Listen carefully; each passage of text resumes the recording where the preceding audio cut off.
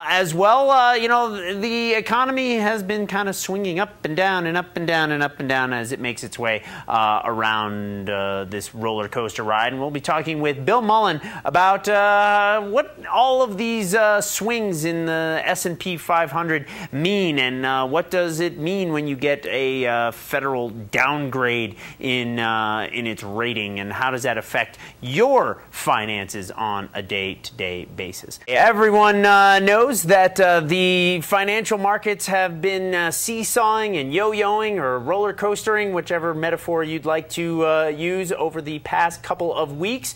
And Bill Mullen, a financial planner, is here. And Bill, what is going on out there in Wall Street? You know, we're a little bit further afield sometimes, but things are just crazy these last few weeks. Yeah, the market is doing what it has always done. It goes up and it goes down. But it usually doesn't swing as big, big swings like that. The volatility has been greater here in the last month in August, but that's what happens. Since 1928, we've had 88 dips in the S&P 500, which have been at least 10%, and we've had 28 which have been more than 20%. So it's not unusual for the market to go up and down. And that's just measuring the S&P. Most of the time we're hearing what's happened to the Dow. And the Dow is only 30 individual stocks, not very much. Even the S&P is not a very diversified portfolio because it is the 500 largest stocks and companies in the United States. It isn't diversified outside the U.S. So I mean, even within that, though, seeing that it swings like that, this just feels different for some reason. You know, I'm not old enough to remember the major swings in the S&P from 1929 through, you know, say 1938 or something like that. But this is serious business these days. The most dangerous 4 words in investing is, this time it's different. Mm-hmm. It's not. Okay. What happens is emotions and people watching watching TV. Mm-hmm. And watching Kramer and watching all these crazy people on CNBC and all the rest of them just get you upset. What you have to do is, everybody needs an investment policy statement. The easiest investment policy statement I just read about the other day, and it basically said, to me in the future, when it hits the fan again, don't let me panic. And signed, me. And, you know, why is that important for people to, you know, have, you know, a strategy, a mission like that, and then stick to it? Well, here's why it's important. There is an outfit called Dalbar. They're out of Massachusetts. They measure investment behavior. And they measure it and they update it. They do it for 20 years and they update it every year. They drop off the earlier year and they add the new year. In 1991 to 2010, the S&P averaged 9.14%. The average investor in equities earned 3.83%. Dalbar measures 20 years. The average investor was in for a little over 3 years. They gamble and they speculate with their money. They do track record investing, they do stock picking, and they try to time the market.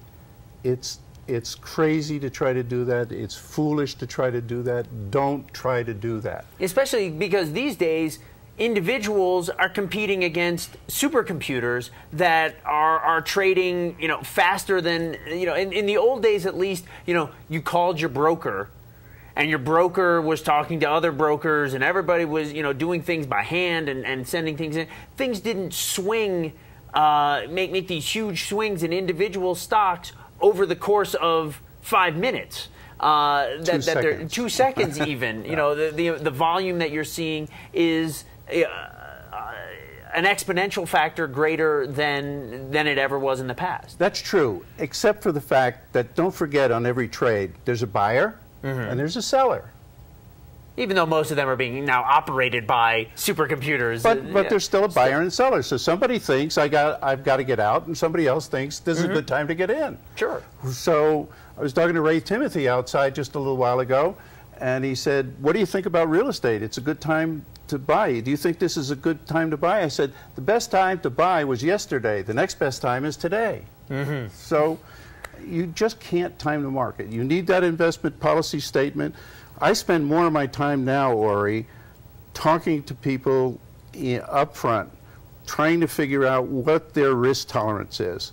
And we look at historically what could happen in a mix of their investment. And we say, are you going to sleep well if you lose 10% in this year? Or can you still sleep if you're going to lose 30%? And that's where we try to figure out what their sleep number is. Yes, to coin a phrase. To coin a phrase. And you know, is that a bigger issue for people here in Park City, which has you know, somewhat of an aging population, folks who may be, you know, heading towards a retirement in the next few years, to make it, you know, is it harder for them to sit there and say, buy and hold? Oh, buy and hold is not the strategy. It's buy and rebalance. Because it's not where you turn around and you buy something, put it in the dresser drawer and forget about it. Every quarter you have to rebalance, whether you have a 60-40 portfolio. And have you ever had Carl Richards on your program? No. You ought to get Carl Richards. He writes, do you know Carl? I do not know Carl. Do you know anything about him? I know nothing about Carl Richards. Carl Richards writes a column for the New York Times. He lives here in Park City, and he does sketches. And one of his earliest sketches is nothing more than a sine wave. And on the top of the sine wave, it says, greed, buy here. And at the bottom of the sine wave, it says, fear, sell here.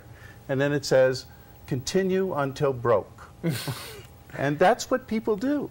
And you should get Carl on here, because he did a speech at the Kimball Art Center about 2-3 months ago, where he talked about how he got into this, and they asked him, what kind of artist are you? And he said, I'm not an artist. He said, I do sketches. That's all I do. And he's become very popular. Well, we're going to talk about some other strategies and some other information that you're going to have for people in just a second. But first, we need to pay our bills. So we're going to be right back right after this. Okay, welcome back. We're talking with Bill Mullen from Millennium Financial here in Park City. Bill, you know, we've been talking about a lot of subjects, you know, sort of macroeconomic picture, the S&P. You're going to be doing a seminar coming up later this week on Thursday down at the New Park Hotel. That's correct. Thursday night, we're going to review 7 of the big crashes since 1929. And we're going to compare that to a portfolio that would be 70% equity, 30% fixed income, and how that would have compared to what happened if you stayed in that, rebalanced that on a quarterly basis, and what the return would have been compared to getting in and out of the market, which we talked about a little bit earlier. And this is completely free? Completely free. We're going to order some food from Gadati's. And we'll serve some light fare from 6 o'clock until 6:30. Then we'll do an educational seminar about the subject I just suggested from 6:30 to 7:30. We'll not promote any product. We'll just talk about what is a good way to invest and be a long-term investor. And when we talk about investing, we're talking about being in the market for 20 years, not being in the market for three months or 3 days or 3 seconds. I don't know where the market's going to go in the next 10 months or 10 minutes or 10 days. I do know that the next 100% movement of the market will be up. Okay. At some point, it's gonna go back up. It's gonna go back up. You know, it's just, and you know, you wanted to, you know, we were talking just before the break about, you know, some folks who are maybe getting towards retirement age and looking at that portfolio, because that's what you're talking about when you're talking about rebalancing. It's both you know, the mix of what you're in as well as your risk. That's exactly right. But the other thing that you need to remember is you need an emergency fund, which is probably 6 to 9 months of cash or in a checking account. But for a retiree, the next 5 years that you're going to live on should not be in the market. It should be in CDs, even though you're not getting anything, because we know that over 5 years we'll have 3 years up and 2 years down, and that's what's happened historically. So you don't want to risk that kind of money. So you're taking some of your money out each year in retirement, you're putting it in that 5-year bucket, and then from 6 years to 10 years, you might be a little more risky, and 10 years beyond, you probably have more equity. Equities pay a premium. Equities have outperformed fixed income over the years. Is that going to happen in the future? I can't predict that, but past performance is no guarantee of future results. That's what they teach us all. And that's the legal language you have to give. Bill, thank you so much for coming in. If people want more information on the event on Thursday, where do they go? Give me a call, 655-0508, or find me on the web at billmullen.org. Fantastic. Bill, thanks so much for coming in. Thank you.